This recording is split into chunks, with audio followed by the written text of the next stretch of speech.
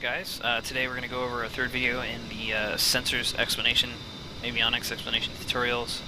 Today we're going to discuss the TGP targeting pod and symbology on the TGP screen. First of all, you got to turn your TGP on to use it and make sure you have one on your aircraft. Obviously, that's our TGP right there. So Lightning 2. Right down here on your armament control panel is your TGP power switch. You turn it on and you'll get a not timed out message and a black screen. Probably 30 seconds after that you'll get this screen here. It continues to time out, or to warm up basically.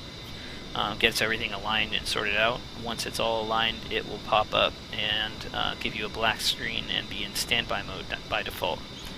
So we'll take this time to explain some of the basic functionality of the TGP and what's going on with the symbology. So the TGP is a high-powered camera. It's capable of extreme magnifications, 360 degrees rotation on all axes. So you can almost see anywhere from it, assuming your aircraft is not in the way. And obviously it can't look directly behind itself. But it's really a versatile way. It's ground to acquire targets and track targets. It's ground stabilized, so wherever you point it at on the ground, it will hold those GPS coordinates to the best of its ability and stay focused on that point on the ground. It's got a really powerful zoom, 2 field of view modes, so you can get a lot of zoom out of it if you manipulate it correctly. It also has a FLIR capability, forward-looking infrared. It has a normal television camera mode and 2 FLIR modes, black hot and white hot, for different contrasts in different situations. There, it's just timed out and finished. It's now in standby mode, ready to be used. So really quickly, we'll go over the basic terminology here and symbology for the TAD. Let's pause track IR. And right now, it's currently not our sensor of interest. We can't set it as until we command a air-to-air or air-to-ground mode.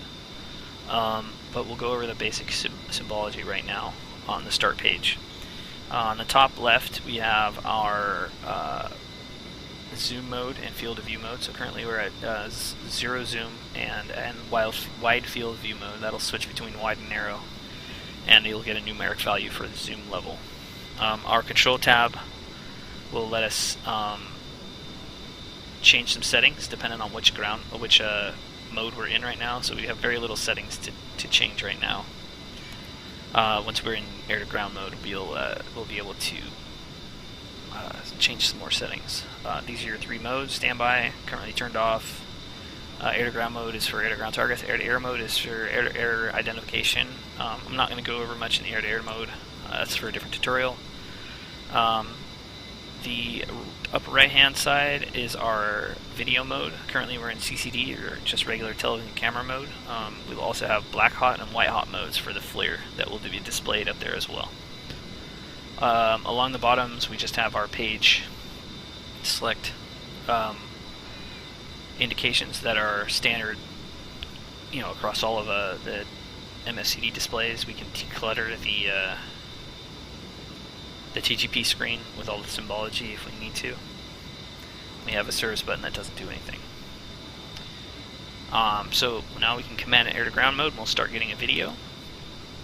Alright, so we've got video now. Currently the TGP is bore-sighted, which means it's looking straight ahead. And you'll notice a bunch of new symbology around here. So starting from the top, we have our TGP situational awareness marker. That's basically giving you the line of sight of the TGP, a rough direction of which way the TGP is looking relative to the aircraft. So if you picture your crosshair as a top-down view of the aircraft, where forward is the 12 o'clock position, this dot will indicate what the direction that the TGP is looking relative to the aircraft. So currently, since it's in bore sight, it's fully extended out as far forward as it can be because it's looking straight forward out the front of our aircraft. And it is, obviously, since it is looking forward and not down at all, it is out as far as from the center of the crosshairs as we can, and it's dead center forward. So like, say it was looking at a target sort of to our 2 o'clock and like down, sort of down near us, it would actually be somewhere down in here. So looking near to us, almost straight down at the ground and to our front right 2 o'clock position. So once we start playing with the TGP, you'll see that move around and it'll be a little easier to understand. So like an extreme would be if it's looking straight down at the ground, it would be in the dead center of the crosshairs. And obviously, if it's offset to one side or another, whatever side of the aircraft it would be on. So the further it is away from the center, the more straight out it's looking. The closer it is to the center, the more straight down it is looking at the ground. And wherever it is, you know, on a clock face around the crosshair is the direction it's looking.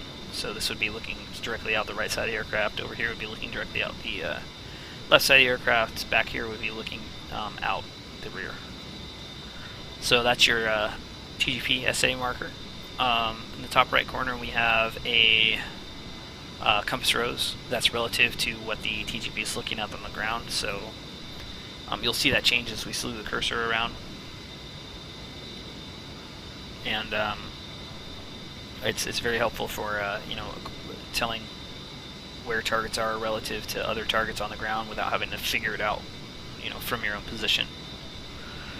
The main crosshair has a couple of different view modes depending on what mode you're in. This is our fully zoomed out wide field of view crosshair. The brackets indicate the narrow field of view.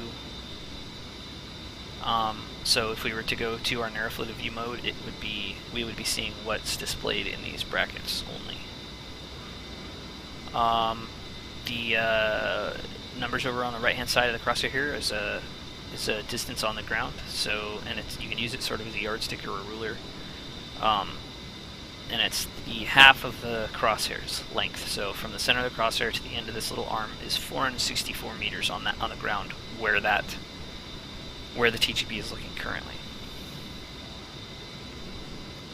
So below that, we've got a slant range to the target in nautical miles. So from where the TGP is looking right now is 21 miles, 21.6 miles slant range. You'll notice down at the bottom we have a latitude and longitude being given to us. That is the latitude and longitude of the center of the TGP crosshair at that point on the ground. Again, we have our little attitude indicator in the bottom corner of the screen, which was explained in the last tutorial video for the TAD. We have mission time down here. And we also have a couple more options in air-to-ground mode. Currently we have laser spot search, which is the ability for this thing to track laser energy, reflected laser energy.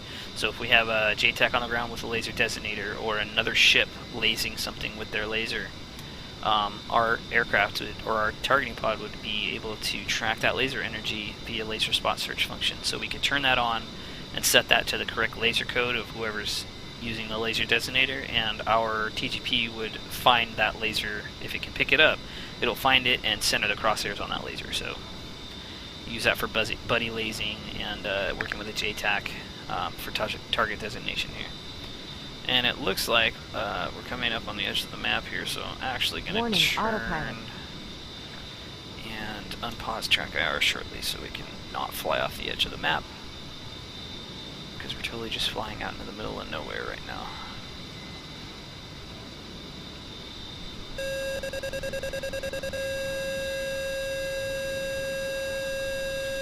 Alright, so we'll go tadpole on our steer point here. Alright, so back to the TGP. So now we are back in the TGP, and now we can actually set this thing as soy. And actually, come back out of pause mode, we'll turn on the laser arm over here, and we'll get some more symbology. So, back down to the back down to the TGP. So now that we have our laser armed we have a couple of different options in here. We have our laser mode, which we can switch through here. We also have that mode mirrored down here to let you know that you have a certain laser mode selected. If we slew the pod around, you'll see an E come up telling us that it is moving.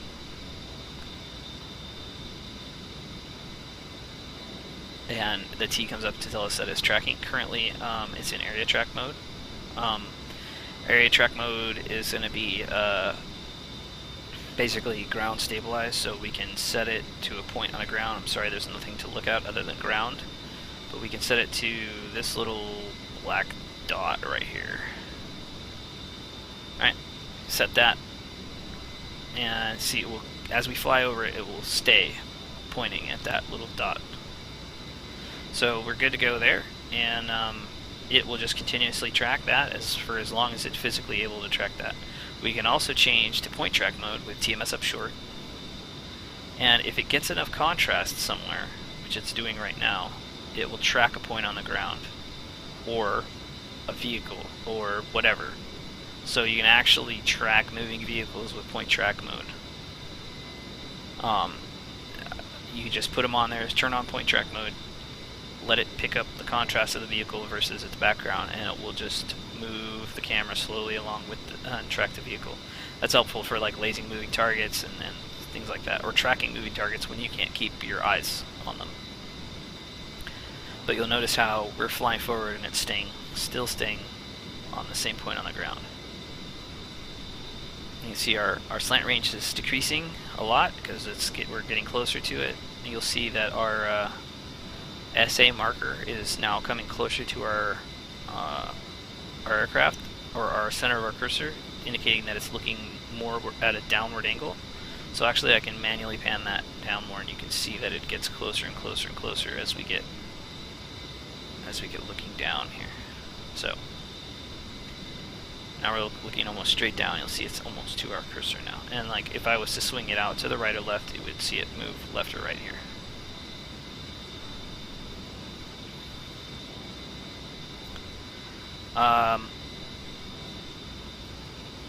So that covers the different track modes, point track and area track mode. They're useful in different situations. Like I said, point track mode is really good for tracking moving targets or vehicles or things of that nature. Area track mode is good for keeping it focused on a certain spot on the ground. You'll see our compass rose is moving. So stuff over here would be to the north of the target, and stuff over here would be to the south. So that's relative to where our TGP is looking currently. With the with the laser mode switch, if you're using laser guided bombs, you want that to be in laser or both. If you have it set to IR and you drop a laser guided bomb, you won't get tracked because it won't be firing its laser. It will be firing a IR pointer, which is visible to night vision goggles, but it's not giving any steering information to the bomb. So you'll need to have it in laser mode or both, which fires both the laser and the IR pointer.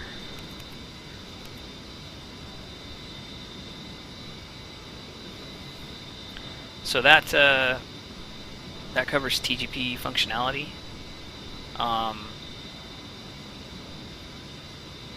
I'll go over really quickly a couple of other functions of the TGP. You can zoom the view, manually zoom the view with DMS up and down with the TGP as soy. You'll see our zoom mode at the top left changing. So we're at 9 times zoom, 8, 7, 6, 5, 4, 3, 2, 1, 0. Let's turn and warning, get autopilot. Aircraft is masking here, so let's get it to where it can see. We'll just bore sight it real quick and have it look out in front of us again.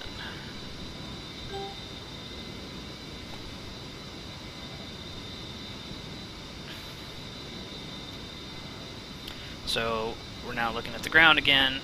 And like I said, you can zoom DMS up and down to zoom your TGP. You can also do China hat forward short To switch between view modes, China forward short again switches you back to wide. You see our wide to change to narrow, and the brackets go away.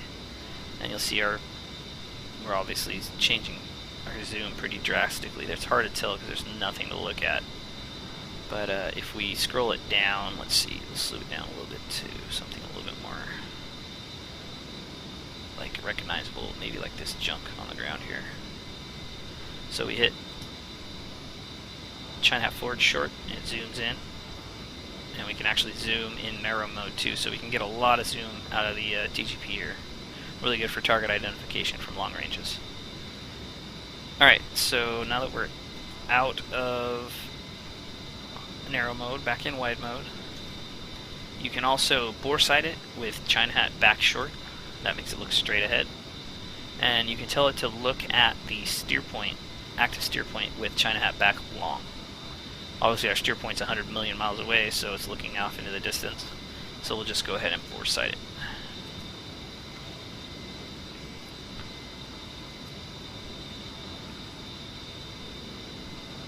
So that pretty much covers basic functionality of the TGP, basic symbology of the TGP, and changing between point and area track modes with TMS up short, changing between narrow and wide field view modes with China hat forward short, zooming your TGP via DMS up and down, and changing your laser modes and some different functions on your control page. That's what I forgot to go over. So the last thing we'll do is air-to-ground control presets here. We can change latitude and longitude to MGRS down here for displaying latitude and longitude of the TGP target. Turn it off, change it to latitude, longitude, change it to MGRS. Latch on and off, you'll have to, unless you have auto lays on, you'll have to manually fire the laser for for laser guidance or to fire your IR pointer. Latch off means you have to hold the button for as long as you want the laser to fire. Latch on means you press the button once to turn the laser on, press the button again to turn it off.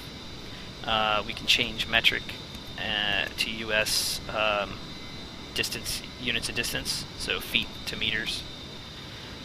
We can change two different laser codes. This is the laser code of our laser designator in our TGP. This is the laser code that the laser spot search will be looking for.